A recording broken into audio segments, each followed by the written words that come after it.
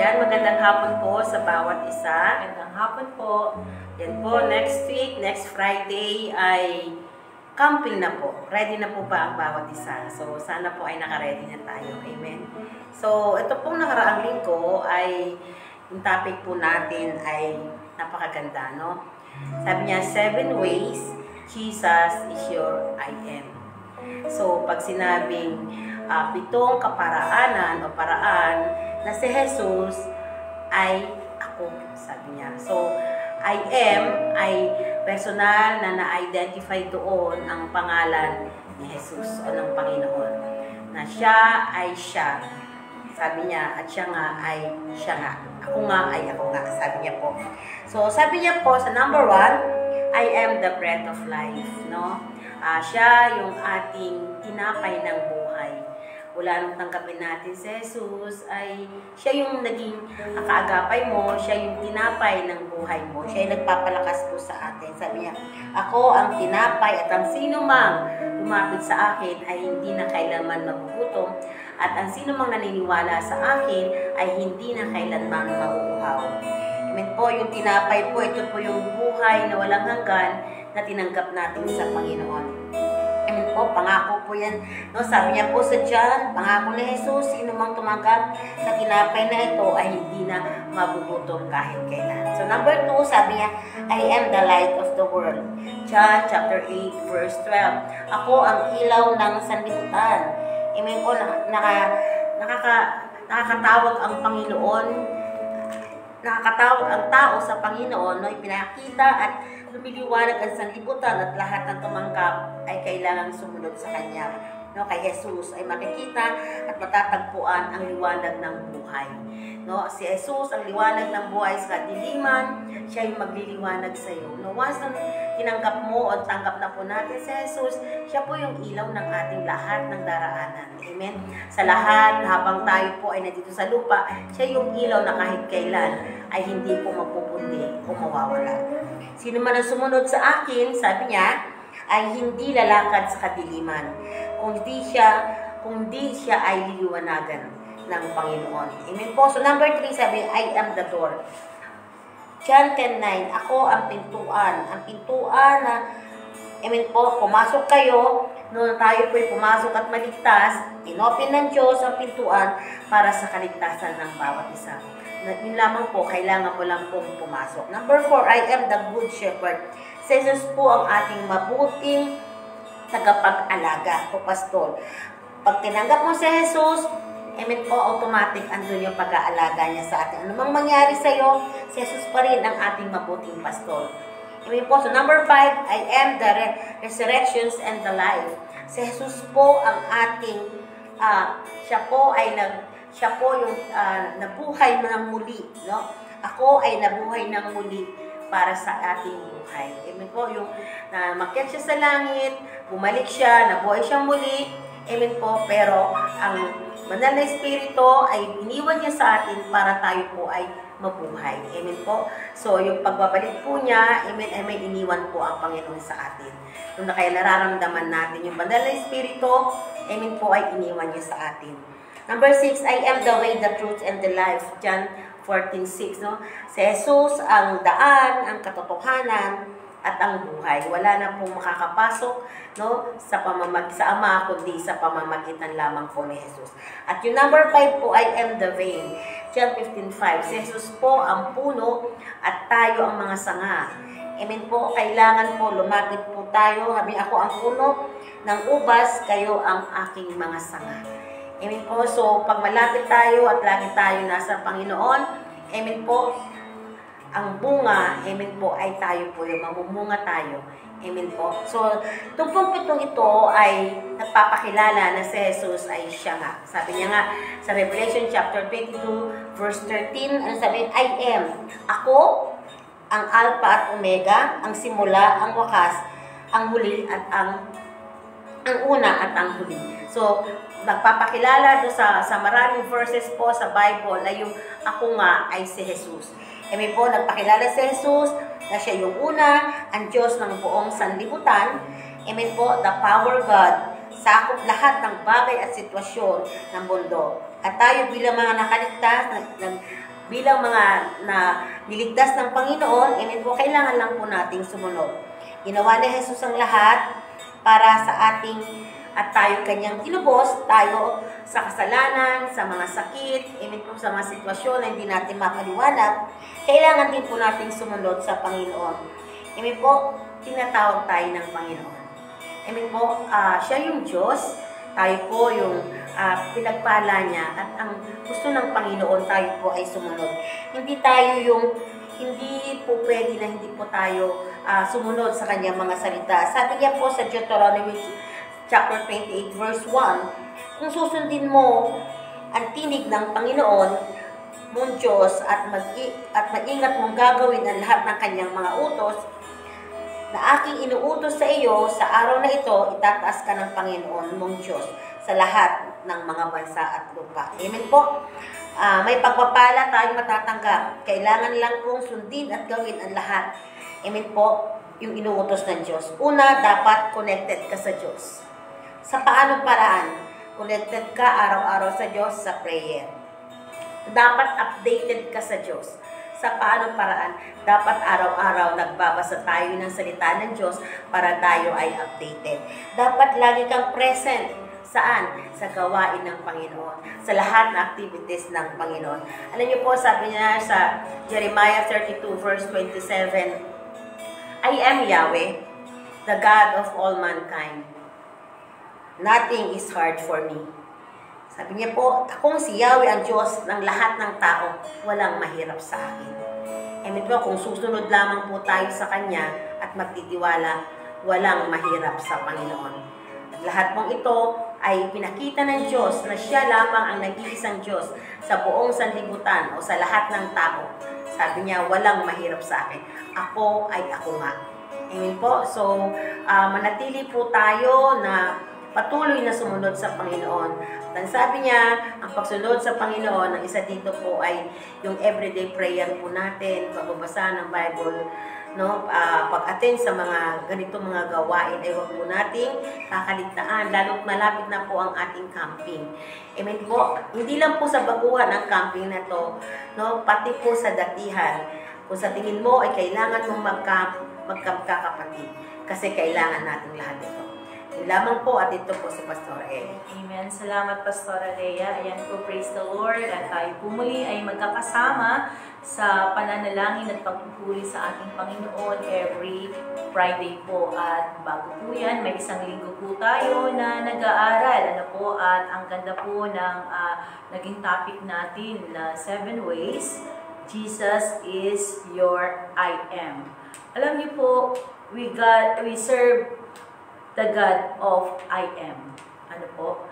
Sabi nga niya, no, sa 7 na yon, may binigay po sa atin ni Pastora Lea. Siya po ang nagpapatunay, ano po, sa Exodus chapter 3:14. Ano po? God name as na abbreviate po ng Diyos. Ano po?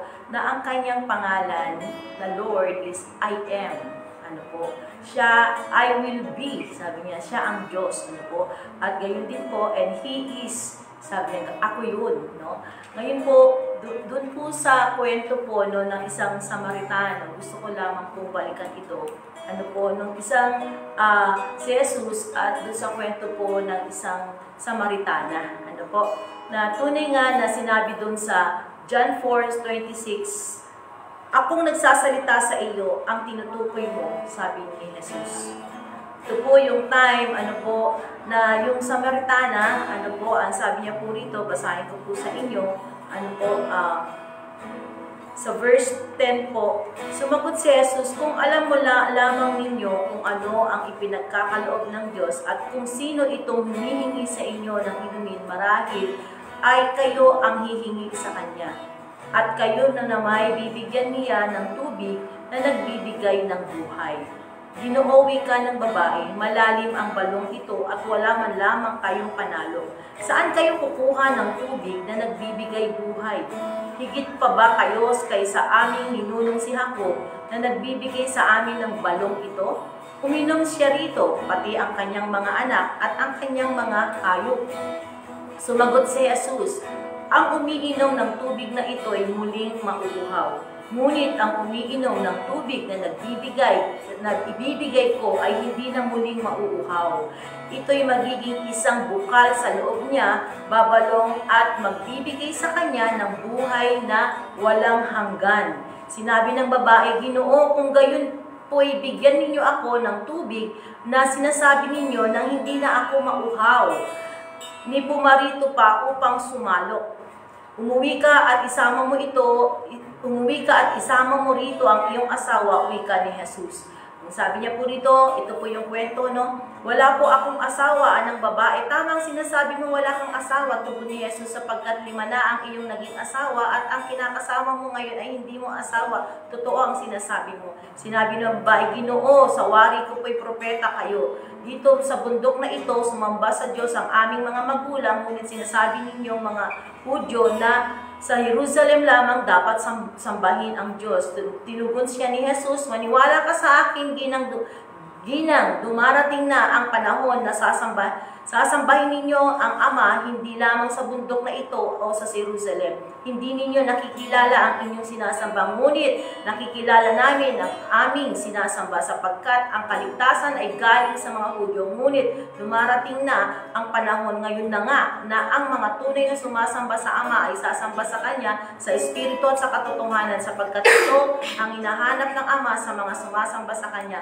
Ang Diyos ay Espiritu, kaya dapat siyang sambahin sa Espiritu at sa katotohanan. Sinabi ng babae, nalalaman ko pong naparirito ang Mesaya, ang tinawag na Kristo. Paparito na siya ang magpapahayag sa atin at sa lahat ng bagay.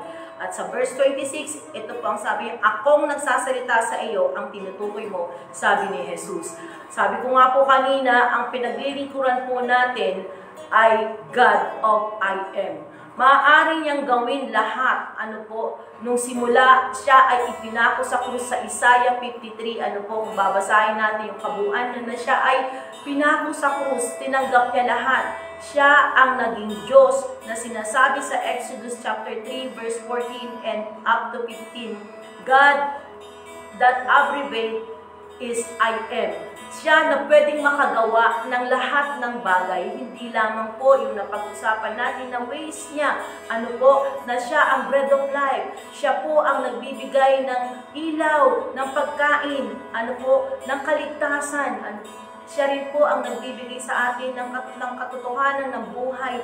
Tayo ay, we are the vine, that He is the vine, amen po, and we are the branches.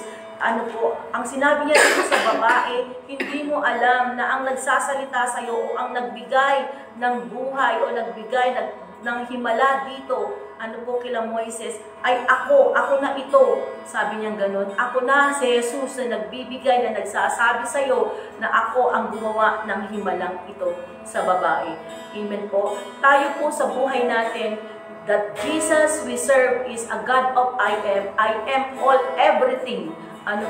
Na pwede mong hanapin, na po pwede mong kunin, Kaya nga po, patuloy po tayong lumapit at manalangin dun sa God I am.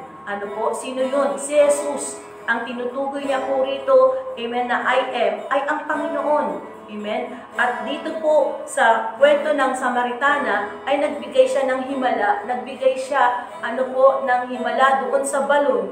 At sabi niya ganun, hindi ka na mauuhaw. Kung ikaw ay mananalig sa akin, hindi ka na muling mauuhaw sapagkat kung kukuha ka ng tubig, sabi niya, ako ang nagbibigay ng buhay.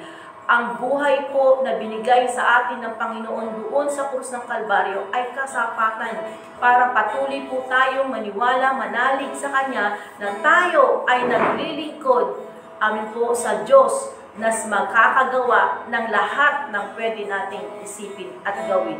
Kaya po, lahat po tayo ay kinakailangang pag tayo ay may mga pangangailangan dahil siya ang nagpagaling, siya ang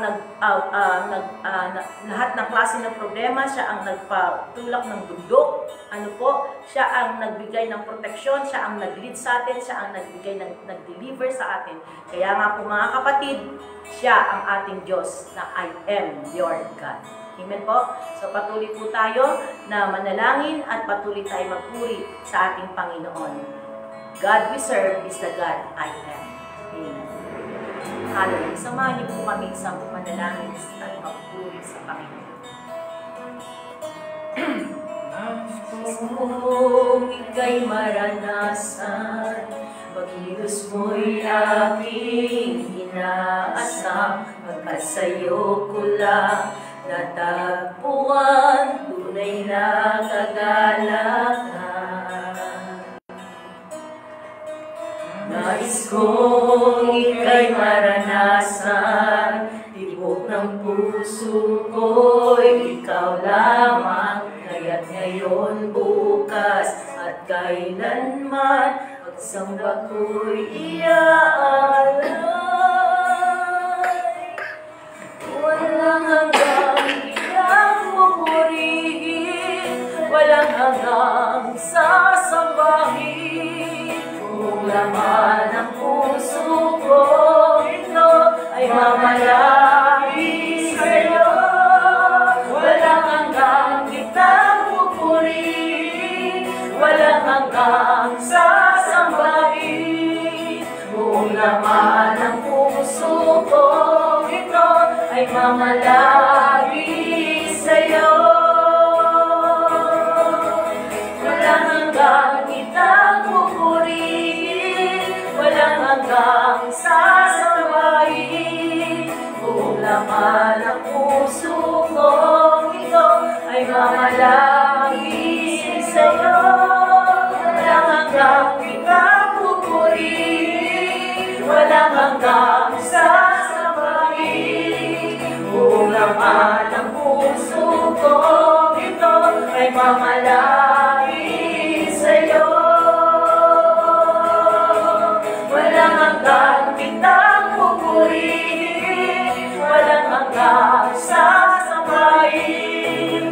Kung laman ng puso ko, ito ay mamalagi sa'yo. Walang hanggang kitang pupurihin, walang hanggang sasambahin. Kung laman ng puso ko, ito ay mamalagi sa'yo. Kung laman ng puso ko, ito ay mamalagi sa'yo.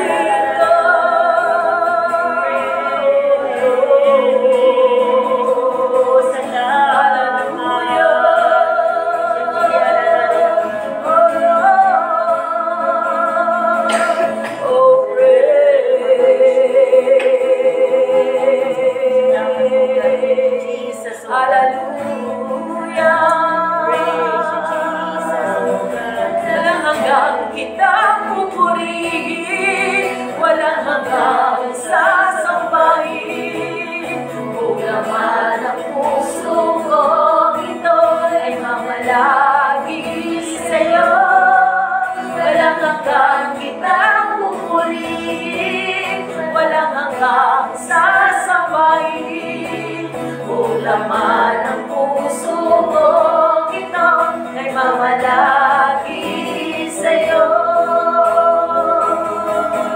Walang hanggang kitang pupurihin, walang hanggang sasambahin. Buong laman ng puso ko, ito ay mamalagi sa'yo. Walang hanggang kitang pupurihin, walang hanggang sasambahin. Buong laman ng puso ko, ito ay mamalagi sa'yo. Buong laman ng puso ko, ito ay mamalagi sa'yo. Hallelujah. Yes, O Lord. Praise your name, O God. Ito po ang aming naisin. Ang aming puso'y patuloy na mamalagi sa iyo, Panginoon. Tuloy niyo po kaming samahan, O God, dahil wala po kaming magagawa, Panginoon, kung hindi niyo po kami sasamahan, O Diyos, sa aming pagpupuri, pananalangin, O Lord. Dalangin po namin, O Diyos, na patuloy, O Lord, ang pagtaas po namin sa inyo, ang pagluhod po namin sa inyo, O Diyos, sa aming bansang Pilipinas, Panginoon. Lord, tunay nga, Father God, kayo po nakakaalam ng sitwasyon ng Pilipinas ngayon, Panginoon. Tinataas po namin ang mga leader, O Lord God, O Panginoon, simula sa aming presidente hanggang sa pinakamababang katungkulan, O Diyos. Panginoon, patuloy niyo nga po silang bigyan ng katalinuhan na nagmumula sa iyo, O Diyos. Patuloy niyo nga po sila, Panginoon, hallelujah, i-lead dun sa tama, Panginoon, ng pagdidesisyon para sa bansang Pilipinas. Ang aming gobyerno, Panginoon. Patuloy niyo po, O Diyos, hallelujah, pakialaman ang bawat departamento, Panginoon, O Diyos, na nagbibigay, nagdi-decide, O Lord God, sa mga pangangailangan, Panginoon, O Diyos, ng bansang Pilipinas, O God. Tinataas po namin sila at lalo na, Panginoon, magbigay ka ng mga manggagawa mo, O Diyos, na makapagpapahayag sa kanila ng kaligtasan, Panginoon. Hallelujah, na magkaroon ng mas malalim pang relasyon sa iyo upang mas maging malinawan nila, Panginoon. Hallelujah, ang tamang pagpapatupad, Panginoon, ng mga desisyon nila, O Diyos, para sa bansang Pilipinas, O God. Lord, tinataas namin ito sa iyo at patuloy namin minawasak, pinapalayas ang false religion, false doctrine sa pangalan ni Jesus. Kayo na sakit at kayo na lahat ng mga ginagawa niyong pangingialam sa mga tao, katigasan ng puso, kawalan ng pananampalataya, sa pangalan ni Jesus ay binawasak namin in Jesus' name. Bitawan niyo ang bansang Pilipinas, ang mga tao sa kaligtasan ng mga tao sa pangalan ni Jesus.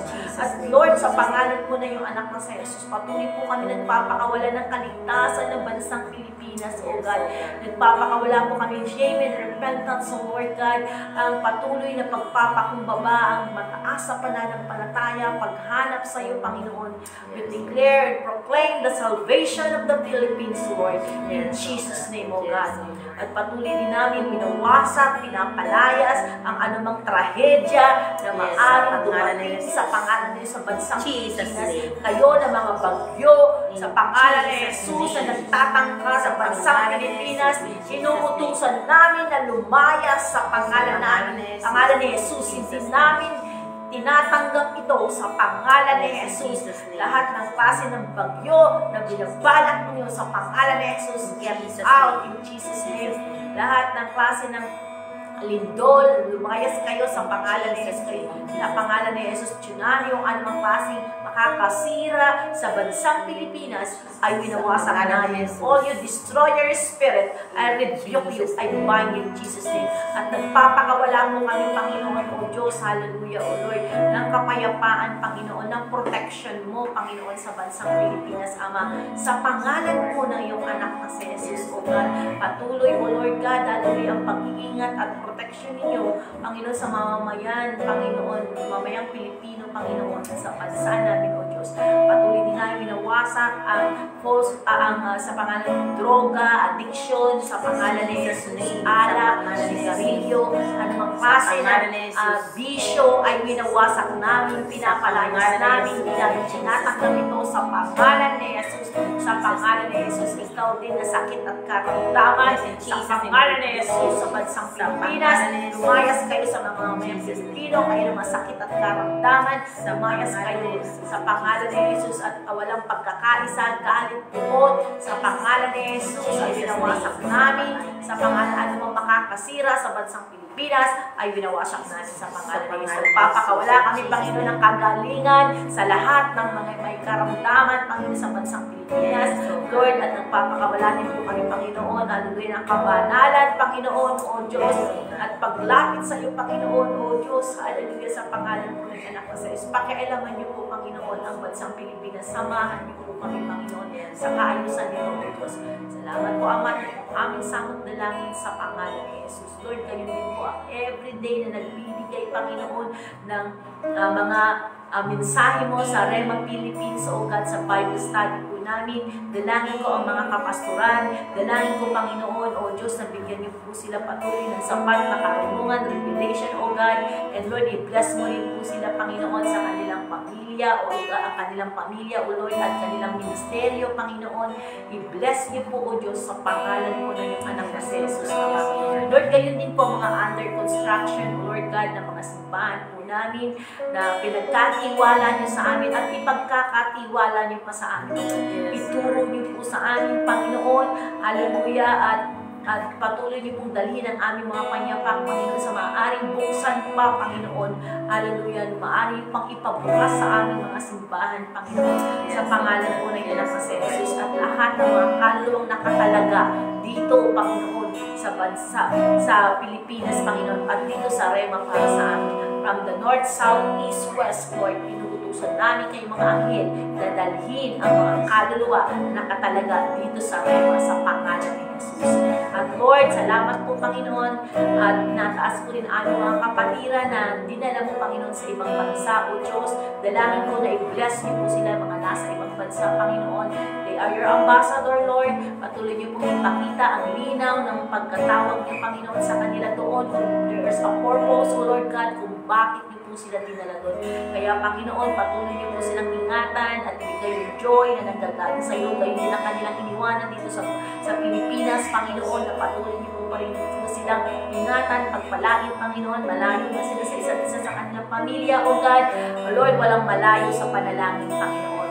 Kaya, Lord, bless po namin sila at patuloy na dinadalangin sila sa iyo, Panginoon, sa pangalan ni Jesus. At Lord, lahat po ng mga prayer requests, O God, dito sa Panginoon, sa Rema, Panginoon, sama-sama po namin itinataas sa iyo.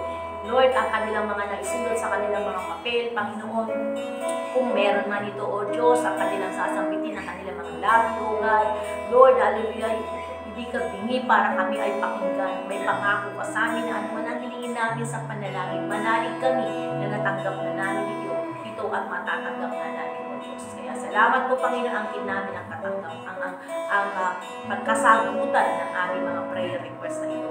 At gayon din po ang aming senior pastor na sama-sama kami na nire-request, Panginoon, na inilulod sa iyo, O God. Salamat sa magandang pangangatawan niya, kalusugan niya, Panginoon. At salamat sa kompletong kagalingan. Salamat po, Ama. Dito po ang aming samot dalangin. Sa pangalan po ng iyong anak na si Jesus. Amen.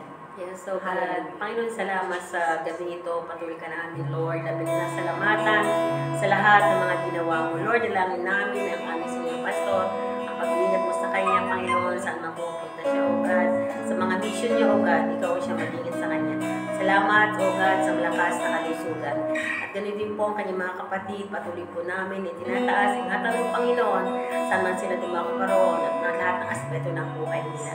At ganun din, Lord, tinataas po namin ang mga leaders namin, O God. Hayaan mo, O God, na pagkaisahin mo kami, Panginoon, ang iyong isang layunin, Panginoon, O God. Bigay mo sa mga leaders, Panginoon, yung mga burden, O God, sa mga nasasakipan nila. At Lord, nagpapakawala ako ng pag-ibig, Panginoon, nagpapakumbaba, O God.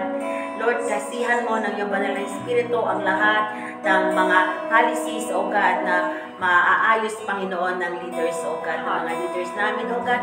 Patuloy mo, O God, na ibigay yung burden, O God, sa tungkulin na binigay mo sa kanila. At Lord, ganun din po na tinataas namin ang mga pastors, ang mga workers, ang mga bawat simbahan, outreaches, Panginoon, ang mga miyembro, O God. Nakikita mo ang mga lalagayan ng bawat isa.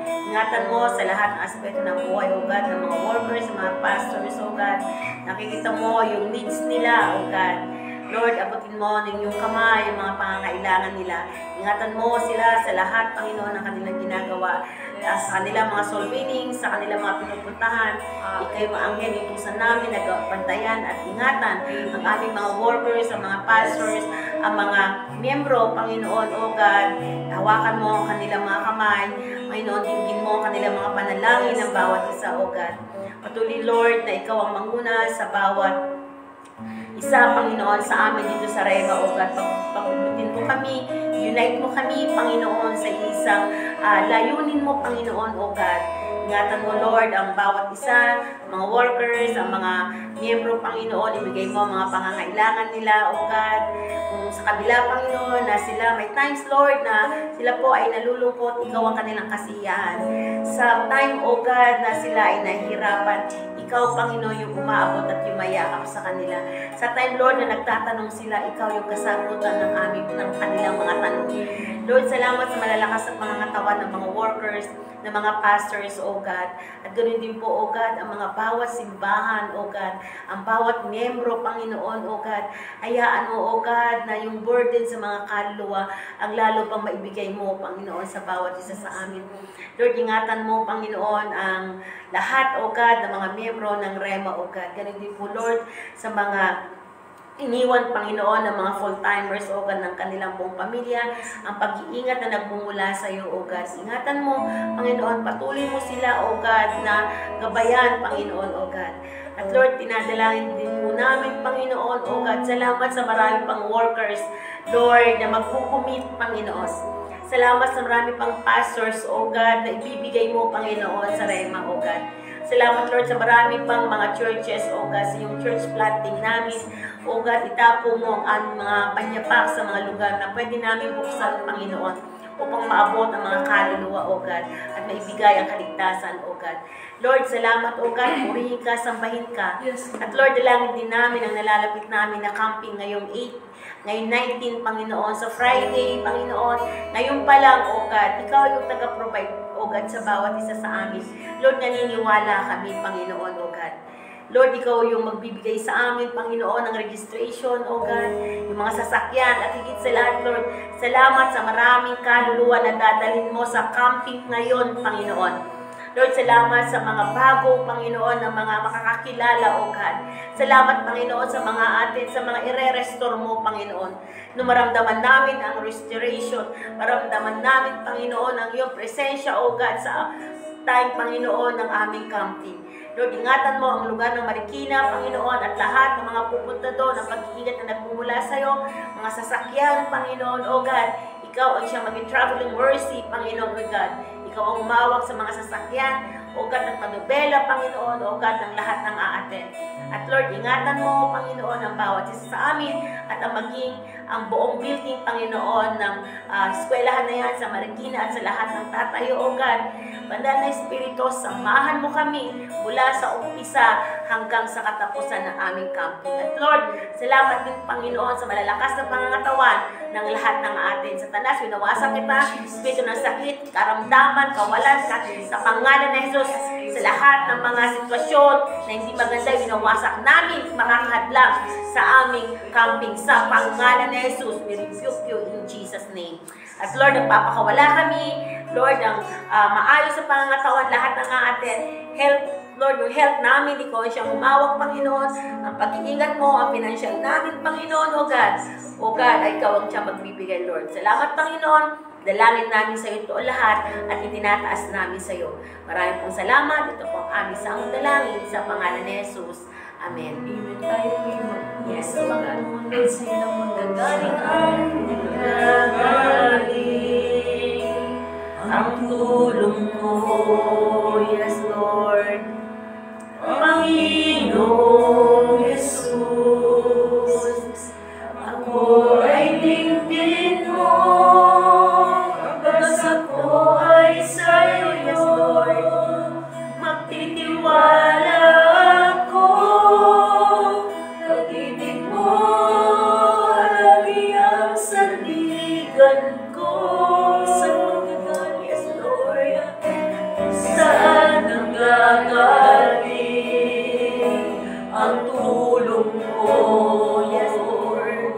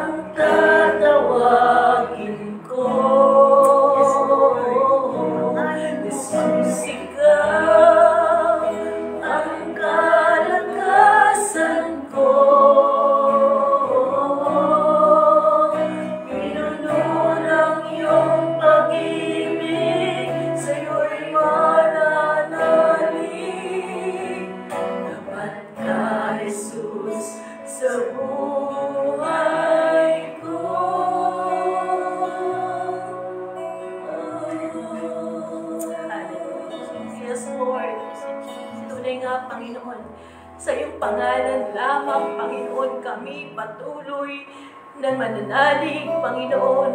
Sa iyong ngalan lamang, Panginoon, patuloy na tatawagin at patuloy kami maglilingkod because the God we serve is a God of I am, Lord. At sa lahat ng aming mga pangangailangan, sa lahat, Panginoon, ng aming gagawin, O Diyos, sa lahat ng aming, Panginoon, O Diyos, lalakaran, Panginoon, tunay nga, masunod namin ang iyong perpektong kalooban at sa ngalan mo, Panginoon, magagawa po namin ang lahat, O Diyos, na siyang nagbibigay ng lakas sa bawat isa sa amin. Purihin po kayo, sambahin at dakilain. Salamat sa pagsama ninyo sa amin dito, Panginoon, sa Rema Philippines every Friday na sama-sama kaming nananalangin. Tunay nga na hindi po kami piniligo. Kami po ay inyong kinakatagpo, O Diyos, at patuloy na sinasamahan. Salamat po, Panginoon. Ito pong aming samot dalangin sa pangalan po ng iyong anak na si Jesus. Ang lahat po ng pinagpalang anak ng Diyos ay magsabi na, Amen. Magandang gabi po sa bawat isa. Magandang God gabi bless po. po. God bless po.